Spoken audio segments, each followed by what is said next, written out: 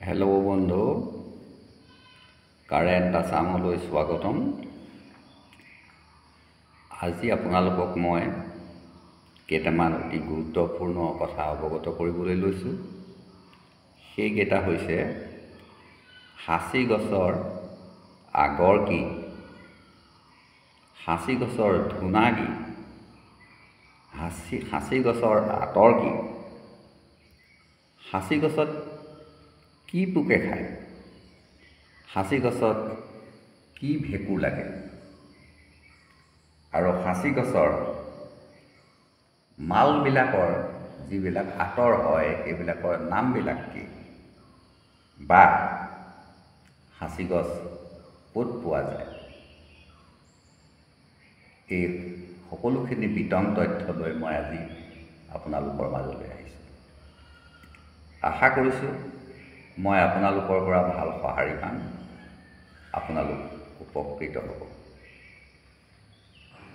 আহক এতিয়া আমি ভিডিঅ'টোৰ মূল কথাখিনিলৈ যোৱাৰ আগতেই আমি বাওঁফালে পোৱা হাতৰ বুঢ়া আঙুলিটোত এটা টিপা মাৰি লওঁ। যদি আপুনি মোৰ চেনেললৈ প্ৰথম আহিছে তেতিয়াহ'লে মোৰ চেনেলটো ছাবস্ক্ৰাইব কৰি থ'ব, বেল আইকনটো ক্লিক কৰিব। তেতিয়া সকলোতকৈ আগত আপুনি মোৰ সাঁচি গছৰ ওপৰত দিয়া ভিডিঅ'বিলাক দেখিবলৈ পাব। হেল্ল' বন্ধু, আমি এই যে সাঁচি গছবিলাক দেখি আছোঁ, এই সাঁচি গছবিলাক কিমান ওখ হয় আপুনি জানেনে? এই সাঁচি গছবিলাক 120 ফুট পৰ্যন্ত ওখ হয়। আৰু কিমান শকত হয় জানেনে? 10 ফুট 12 ফুট পৰ্যন্ত ইয়াৰ গোলাইটো হয়।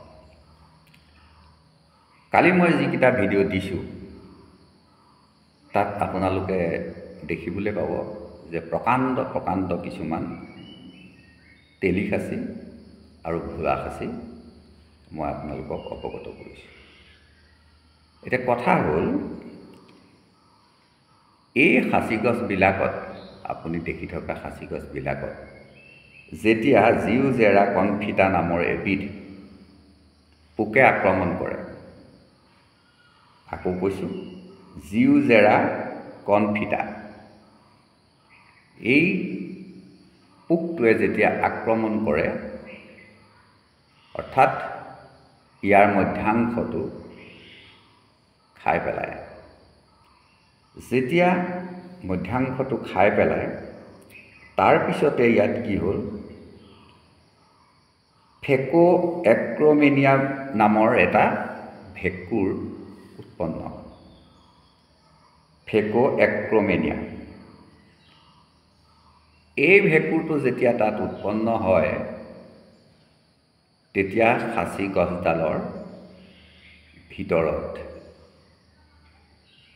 আগৰ উৎপন্ন হয়। আগৰটো হ'ল ইমান মূল্যৱান বস্তু যে সোণতকৈও তাৰ দাম বেছি।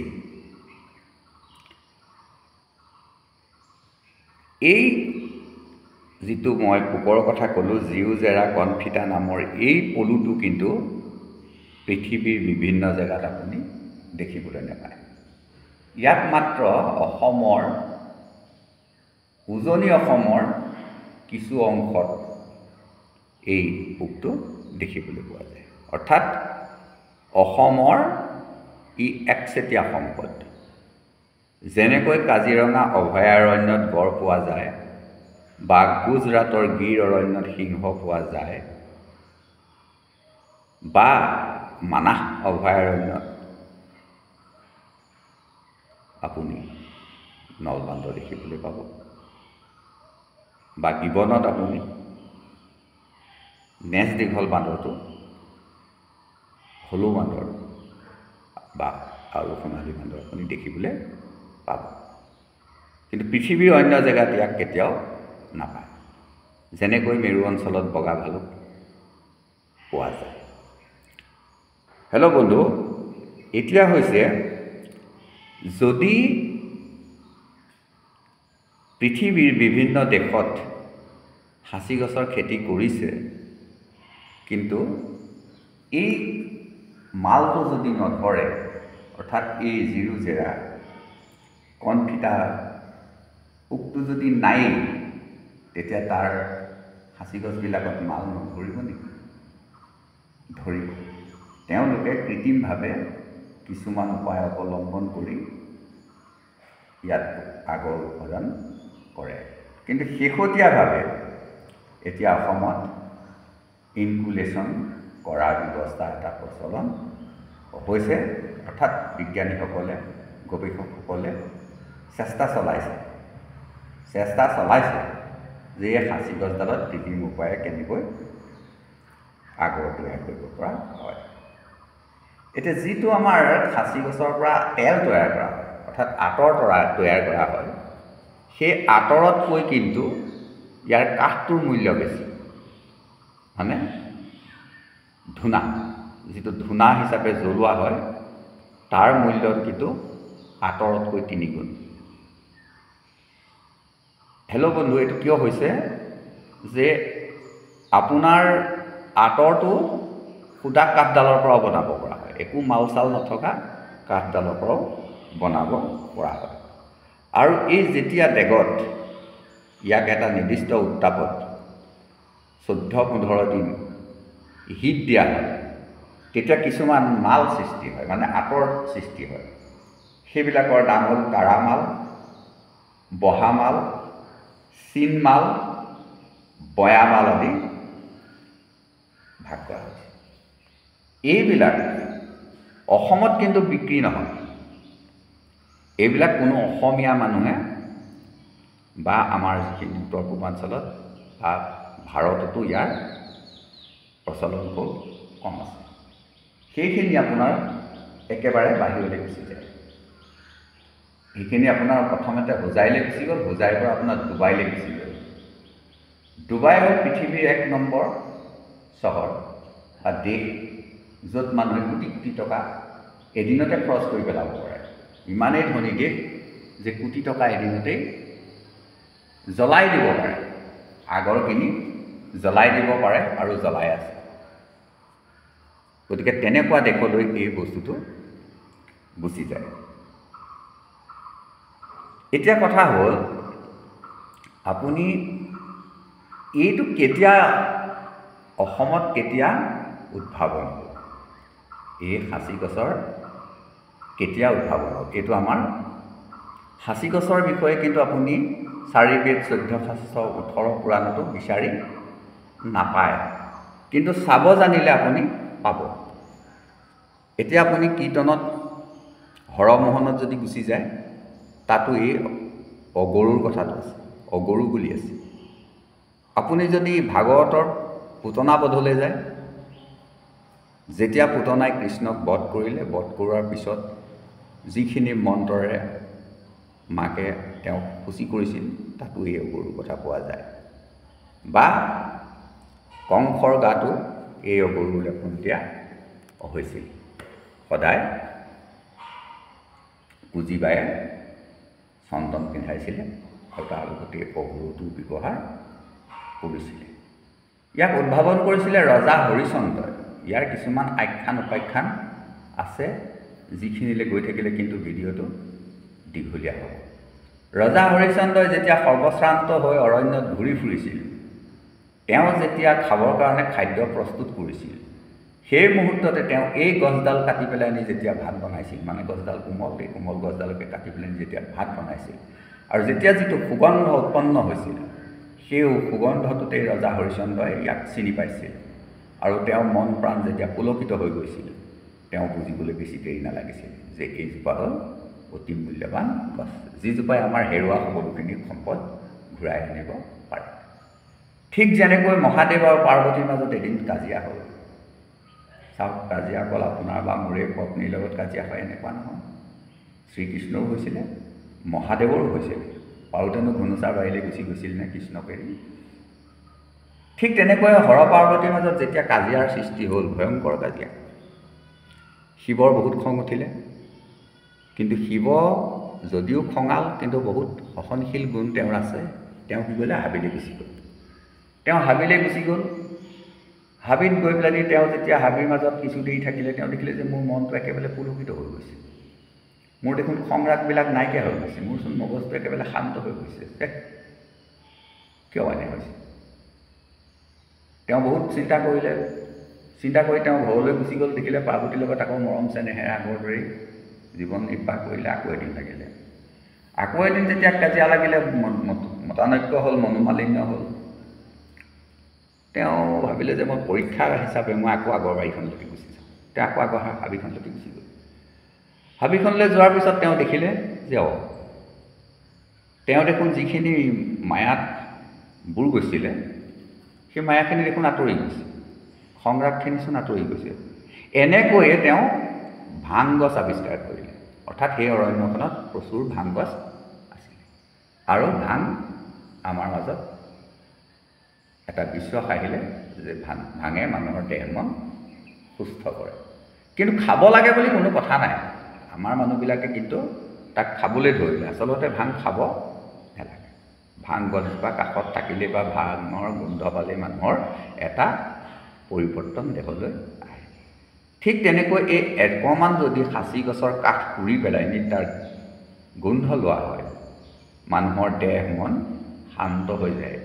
চবতকৈ ডাঙৰ কথা স্মৃতি, আমাৰ স্মৃতি ঘূৰি আহে। ধৰক আমি যেতিয়া 8 বজাত ভাত খাব লাগে, 10 বজাত আমি শুই দিব লাগে, 11টামান বজাত আমাৰ গভীৰ নিদ্ৰা হয়। গভীৰ নিদ্ৰা হ'লে আমাৰ দেহত এটা হৰমন সৃষ্টি হয়। সেই হৰমনটো যেতিয়া সৃষ্টি হয়, তেতিয়া মানুহে নতুন জীৱন লাভ কৰে। অৰ্থাৎ তেওঁৰ গোটেই স্মৃতি তেওঁৰ ৱাছ হৈ যায়। তেওঁৰ ব্ৰেইনটো ঠাণ্ডা হৈ যায়। এটা ছফ্টৱেৰ দিয়া নিচিনা হয়। আৰু পিছদিনাখন মানুহজনে নতুন জীৱন পায়। আকৌ কালিৰ কথাখিনি তেওঁ বেয়া কথাখিনি বাদ দি দিলে, আকৌ ভাল কথাখিনিকে লৈ তেওঁ আগুৱাই গুচি গ'ল। সেইখিনি দিলে আমাক টোপনি। গতিকে আমি যদি টোপনিটো যদি ভালকৈ আনিব পাৰোঁ, তেতিয়াহ'লে আমাৰ জীৱনটো খুব মধুময় হৈ যায়। আৰু সেই টোপনিটো খুব সুন্দৰ কৰাত সহায় কৰে এই সাঁচি গছৰ যিটো আগৰ, সেই আগৰটো যদি আপুনি পুৰি অকণমান গোন্ধ লৈ যদি শুই পৰে, তেতিয়াহ'লে নিশ্চিত আপুনি গভীৰ নিদ্ৰাত মগ্ন হ'ব পাৰিব। আৰু আপুনি এনেকুৱা কিছুমান অসাধ্য সাধন কৰিব পাৰিব যে আপুনি আগৰ জন্মত কি আছিল, এতিয়া আপুনি কি কৰিছে, আপুনি আকৌ ক'লৈ যাব, আপুনি কি কৰিব, আপুনি ক'ত জন্ম ল'ব, ইত্যাদি ইত্যাদি বহুখিনি কথা আপুনি সেই শয়ন কক্ষতে জানিবলৈ সক্ষম হ'ব। হেল্ল' বন্ধু, এনেকুৱা এজোপা গছ আমাৰ বাৰীত আছে, যিজোপা গছৰ আমি মূল্যই নাজানো। আমি মাত্ৰ টকাৰ পিছত দৌৰি ফুৰিছোঁ। টকা টকা কৰি আমি টকাৰ পিছত দৌৰি ফুৰিছোঁ। টকাৰ পিছত দৌৰি ফুৰিব নালাগে, টকা নিজে নিজে আহিব। যেনেকৈ আমি মৃত্যু বিচাৰিব নালাগে, প্ৰয়োজনত মৃত্যুৱে আপোনাক নিজেই বিচাৰি ল'ব। ঠিক তেনেকৈ আপুনি টকা বিচাৰি ফুৰিব নালাগে। এদিন টকাই আপোনাক খেদি ফুৰিব। কেতিয়া খেদি ফুৰিব? যেতিয়া আপোনাৰ ঘৰত কেইডালমান ভাল সাঁচি গছ থাকিব, তেতিয়া টকাই আপোনাৰ ঘৰত হেঁচা মাৰি মাৰি ধৰিবলৈ আহিব। আপোনাক টকাই খেদিব, আপুনি টকাক খেদিব। আমি বৰ্তমান কি হৈছে, সাঁচি খেতিৰ আলমত আমি টকাক খেদিছোঁ। সেইকাৰণে আমি বিফল হৈ গৈছোঁ। বহু মানুহে মৃত্যু বিচাৰি হাহাকাৰ কৰি ফুৰিছে, কিন্তু মৃত্যু নহয়। কিছুমান মানুহে কিন্তু মৃত্যু বিচৰা নাই, নিজে নিজে মৃত্যু হৈছে, স্বাভাৱিকভাৱে হৈছে। মৃত্যুক কেতিয়াও বিচাৰিব নালাগে। যেতিয়া সময় হ'ব, মৃত্যুৱে নিজেই বিচাৰি আহি আপোনাক আলিংগন কৰিব। ঠিক তেনেকৈ আপুনি জিৰ'জেৰা পোক বিচাৰি, জিৰ'জেৰা কণপিতা পোক বিচাৰি হাবাথুৰি খাব নালাগে। আপুনি সুন্দৰ সাঁচি গছ কৰক। মই অসমৰ মানুহৰ কথা কৈ আছোঁ। আপুনি সুন্দৰকৈ সাঁচি গছ কৰক। আপোনাৰ ঘৰত নিজে নিজে জিৰো জেৰা কনফিটা নামৰ পোকটো উপস্থিত হ'ব। আপুনি ফেক এক্ৰমেনিয়া ভেঁকুৰ বিচাৰি হাবাথুৰি খাব নালাগে।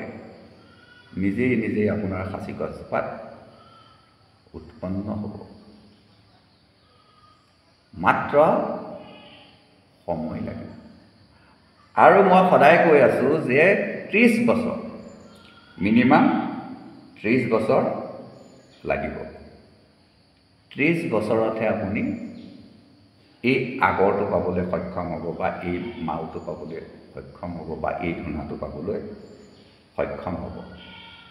আৰু এটা ইয়াত কথা অন্তৰ্নিহিত হৈ আছে যে এই সাঁচি গছে আমাক প্ৰচুৰ বৈদেশিক মুদ্ৰা দিয়ে। ই প্ৰচুৰ বৈদেশিক মুদ্ৰা দিয়ে। আপুনি কল এটুকাত বিকিছে, গাঁৱতে বিকিছে, ঘৰতে বিকিছে, বজাৰতে বিকিছে, আপুনি ভাৰতীয় মুদ্ৰাহে পাইছে। আপুনি ধান খেতি কৰিছে, চাহ খেতি কৰিছে, আপুনি ভাৰতীয় মুদ্ৰাহে পাইছে। কিন্তু আপুনি সাঁচি খেতি কৰক, বৈদেশিক মুদ্ৰা পাব, ডলাৰ পাব। ই আপোনাৰ ইৰাক, ইৰাণ আদি দেশৰ পৰা টকা আহিব, মুদ্ৰা আহিব, বৈদেশিক মুদ্ৰা, যি আমাৰ দেশখনক চহকী কৰাত সহায় কৰিব, আমাৰ দেশখনক চহকী কৰাত সহায় কৰিব। গতিকে এনে এটা খেতি আপুনি নকৰাকৈ নাথাকিব। আপুনি যিকোনো উপায়ে আপোনাৰ ঘৰত বেছি নহ'লেও 10টা সাঁচি গছ কৰক, 10টা পুলি কৰক, আৰু এটা পুলি আপুনি 10টাৰ ভিতৰত এটা পুলি আপুনি কাটক। আপুনি চাচি চুৰুকি নিজেই মালটো উলিয়াওক আৰু আপুনি ব্যৱহাৰ কৰক, নিজেই ব্যৱহাৰ কৰক। আপুনি কিয় সমলঞ্চে লোকক দি দিম? এবাৰ ব্যৱহাৰ কৰি চোৱাৰ পিছত যেতিয়া ইয়াৰ আপুনি গুণাগুণ পাব, ইয়াৰ এটা বিন্দু যদি দেহত প্ৰৱেশ কৰে কেঞ্চাৰ নহয়, ধেমালি নেকি? সাঁচি গছৰ এটা টোপাল, পিয়ৰ টোপাল যদি, এটা বিন্দু যদি মানুহৰ দেহত প্ৰৱেশ কৰে, কেঞ্চাৰ।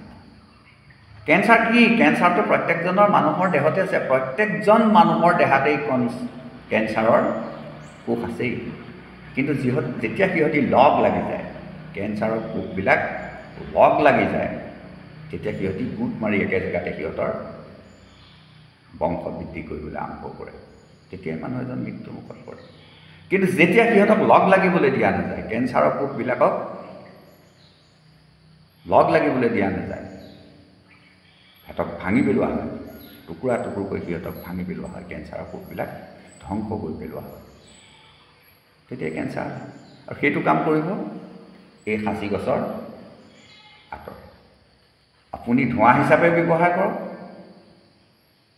বা আপুনি তাক চেণ্ট হিচাপে ব্যৱহাৰ কৰক, আপোনাৰ দেহত সানক, সি সোমাই যাব। আপুনি গাৰ ছালত ঘঁহিলেও সি ভিতৰলৈকে সোমাই যাব। এইবিলাক ব্যৱহাৰ কৰাৰ কাৰণে সেই দেশবিলাকৰ মানুহ দিনক দিনে ওপৰলৈ গৈ আছে। এই পৃথিৱীখনত আমি যিখিনি বস্তু দেখি আছোঁ, দেখি থকা বস্তুখিনিৰ বাদেও যে নেদেখা বস্তু কিছুমান আছে, আমি অনুভৱ কৰিব পাৰোঁ, কিন্তু আমি সেই বিষয়টোত চিন্তা নকৰোঁ। যেনে আমি মাত্ৰ তাৰ নিবাৰণৰ কাৰণে নাম পাতিলোঁ, যজ্ঞ পাতিলোঁ, পূজা পাতিলোঁ, সেইখিনি হ'ল আত্মা, প্ৰেতাত্মা। সেই আত্মা প্ৰেতাত্মাবিলাকে যেতিয়া আমাৰ ঘৰত উপদ্ৰৱ কৰিব, আমাৰ গৃহত প্ৰৱেশ কৰিব, তেতিয়া অঘটন ঘটে। সেই অঘটন নঘটিবৰ কাৰণে আমি সাঁচি গছ ব্যৱহাৰ কৰিব পাৰোঁ। আমি যেতিয়া সাঁচি গছ জ্বলাই দিম, তেতিয়া সেই অশৰীৰী আত্মাবিলাক আঁতৰি গুচি যাব। যেতিয়া আমি সাঁচি গছৰ কাঠটো জ্বলাই দিম, ধূনাটো জ্বলাই দিম, তেতিয়া ইয়াত অশৰীৰী আত্মা থাকিবই নোৱাৰে। তেতিয়া আমাৰ চিন্তা ভাল হ'ব। যেতিয়া অশৰীৰী আত্মাবিলাক শ্বাস প্ৰশ্বাসত আমাৰ দেহাত প্ৰৱেশ কৰিব, তেতিয়া আমাৰ দন হাই, কাজিয়া পচাল ইত্যাদি ইত্যাদি হ'ব। হেল্ল' বন্ধু, আপুনি যদি মোৰ ভিডিঅ'টো চাই আছে, স্কিপ নকৰাকৈ যদি চাই আছে, ধৈৰ্য সহকাৰে যদি চাই আছে, আপুনি বহুতো তত্ত্বগধুৰ কথা বুজি পাইছে। যদি কোনো আমোদ প্ৰমোদৰ কাৰণে আপুনি এনেই চাইছে, চাব লাগে কাৰণে চাইছে, তেতিয়া কিন্তু নহ'ব। কাৰণ মই কোৱা কথাখিনি আপুনি আকৌ আপোনাৰ মতে চাব লাগিব। মই আত্মা প্ৰেতাত্মাৰ কথা ক'লোঁ। এই আত্মা প্ৰেতাত্মাবিলাক বা খেদিবৰ বাবে আমি সাঁচি গছ ব্যৱহাৰ কৰিব পাৰোঁ। একো কৰিব নালাগে, গছ এডাল কাটি আনক, আপুনি চাচি চুৰুকি ক'লা অংশটো উলিয়াই দিয়ক, উলিয়াই আপুনি জ্বলাই দিয়ক, আপুনি গোন্ধ পালেই আপোনাৰ এবছৰ পাত হৈ যাব। ঘণ্টা কিয় বজায়? বহুত মানুহে কয় যে টিলিঙা বজাইছে, টিলিঙা বজাইছে, টিটকাৰি মাৰে। টিলিঙা কি? তাত কি আছে? অষ্টধাতু। অষ্টধাতু যেতিয়া বজোৱা যায়, সেই শব্দটো কি কৰিলে? ওম। ওম ওম শব্দটো সৃষ্টি হ'ল। কি হ'ল? ভাইৰাছবিলাক ধ্বংসপ্ৰাপ্ত হ'ল, আত্মা প্ৰেতাত্মাবিলাক আঁতৰি গুচি গ'ল আৰু মানুহবোৰত শান্তি হ'ল। তাল কিয় বজালে? তালৰ উদ্দেশ্য একেটাই। চাপৰি কিয় বজালে? চাপৰিৰ উদ্দেশ্য একেটাই। গতিকে আমি ইমানখিনি যাগ যজ্ঞ, শংকৰগুৰুৱে কৈছে নহয়, নেলাগে বিস্তৰ শাস্ত্ৰ জানিব, নেলাগে ঋষি মুনি দ্বিজ হৈ, যাগ যজ্ঞ তন্ত্ৰ মন্ত্ৰ কবে বিৰম্বন, কেৱল ভক্তিত তুষ্ট হোৱে নাৰায়ণ। অকল ভক্তি মানে কি? কৰ্ম, মোৰ কাৰ্যখিনি। মই ভক্তি মানে অষ্টাংগে প্ৰণাম কৰি গোসাঁই ঘৰত কৰি থাকিলে আপোনাৰ ভক্তি নহ'ব। আপোনাৰ কৰ্ম হ'বই লাগিব, আপুনি কৰ্ম কৰিবই লাগিব। ফলাফল ফলদাতা বিভুৰ হাতত। আপুনি সাঁচি পুলি ৰুবই লাগিব, আপুনি সাঁচি পুলি কাটিবই লাগিব, আপুনি তাৰ মালটো উলিয়াবই লাগিব, আপুনি এডাল আপোনাৰ ঘৰত জ্বলাবই লাগিব। তেতিয়াহে আপুনি ধনী হ'ব, তেতিয়াহে আপুনি প্ৰাপ্তিত উপনীত হ'ব পাৰে।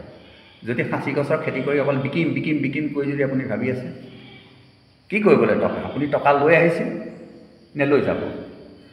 থকা দিনকেইটা শান্তি লাগে। আমি জীয়াই থকা দিনকেইটাত যাতে আমি শান্তিত থাকিব পাৰোঁ, হাঁহি হাঁহি জীয়াই থাকিব পাৰোঁ। গৃহত আমি যিকেইটা প্ৰাণী আছোঁ, 2টা 3টা 4টা 10টা যিকেইটা প্ৰাণী আছোঁ, সেই প্ৰাণীকেইটাৰ মাজত যাতে আমাৰ ঐক্য থাকে, আমাৰ ঘৰখন যাতে পবিত্ৰ হৈ থাকে, তাৰ কাৰণে কাটি আনক সাঁচি গছ, আজিয়ে কাটক এডাল, কাটি চাচি চুৰুকি তাৰ কোলা অংশটো পাহি কৰি দিয়ক। যিখিনি চুচুতে ওলায় সেইখিনিও আপুনি জ্বলাই দিয়ক ধূনাৰ লগত, ধূনা হিচাপে ব্যৱহাৰ কৰক। চাওকচোন আপোনাৰ কি পৰিৱৰ্তন আহে। আপোনাৰ পৰিৱৰ্তন, আমূল পৰিৱৰ্তন আহিব। আমাৰ মন্ত্ৰীবিলাকৰ যেনেকৈ আমূল পৰিৱৰ্তন আহি গৈছে, আমাৰ তেনেকৈ আমূল পৰিৱৰ্তন আহিব। আমি মন্ত্ৰী MLA হ'ব নোৱাৰোঁ নহয়। আমি ডাঙৰ মানুহ হ'বলৈ যত্ন কৰি লাভ নাই। আমি সৰু মানুহ সৰু হৈ থাকোঁ, সৰুতেই আমি শান্তি পাম। পৰুৱাটোৱে মহা শান্তি নাপায় জানো? পৰুৱাখিনিয়ে কেনেকৈ মিলি জুলি থাকে, সিহঁতৰ এয়া পৰম শান্তি। উঁইশাকটো চাওকচোন, উঁইখিনিয়ে কিমান চকুৱেই নাই, তথাপিতো সিহঁতি কিমান শান্তিত থাকে।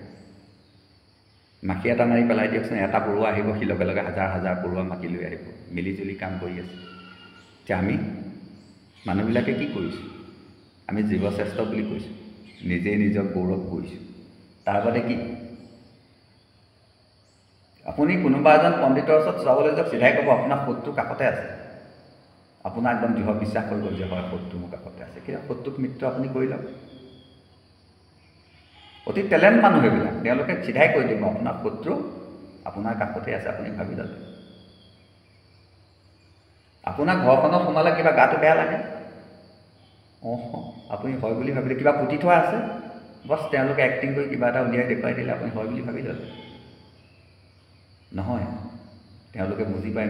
আজিকালি বৰ্তমান যুগটো তেওঁলোকে অধ্যয়ন কৰিছে, কি হৈছে সেইখিনিৰ ওপৰতে আপোনাক বিধান দিলে। এইবোৰ চব মিছা কথা বুলি মই কৈছোঁ, আপুনি মিছা বুলি নাভাবিবও পাৰে। যে কি নহয়, আমি এতিয়া আচল কথালৈ আহিছোঁ। ভিডিঅ'টো মই শেষ কৰিবলৈ লৈছোঁ। কালি ভিডিঅ'কেইটা আপুনি চাব, মই সাংঘাতিক কিছুমান গছ আপোনালোকক দেখুৱাইছোঁ, কেনেকৈ প্ৰকাণ্ড গছ হাউলি মাটিতে লাগিছে। আপুনি ওখ কলুঙা গছ দেখিছে, কিন্তু সাঁচি গছ যে এনেকৈ ঘূৰ খাই আহি হাতীৰ দৰে যে পথ হৈ আছে, সেইকেইজোপা গছো দেখুৱাইছোঁ। থিয় হৈ থকা কলুঙাত ডাঙৰ গছ দেখুৱাইছোঁ, প্ৰকাণ্ড গছ দেখুৱাইছোঁ, যিবিলাক সেই মানুহজনে কিন্তু এতিয়াও ইনকুলেশ্যন কৰাৰ কথা ভবা নাই, বা ঘাপ এটাও মৰা নাই। প্ৰকাণ্ড গছ দাঁতিতে ৰাখিছে, বহুত লাখ টকা পাব।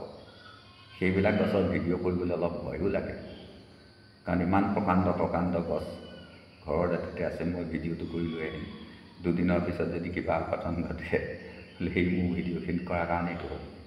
গতিকে মই আপোনালোকক বহুত গছ আছে দেখুওৱা নাই, দেখুৱাইনো লাভ কি? মাজে মাজে দেখুৱাইছোঁ, দেখুৱাই থাকিম বাৰু, আৰু বহুত দেখুৱাবলৈ আছে। হেল্ল' বন্ধু, আপোনালোকে মাত্ৰ লাইক কৰিব, কমেণ্ট কৰিব, শ্বেয়াৰ কৰিব। আপোনালোকক এনেকুৱা ভিডিঅ' মই দি থাকিম। আজিলৈ আহোঁ, ধন্যবাদ।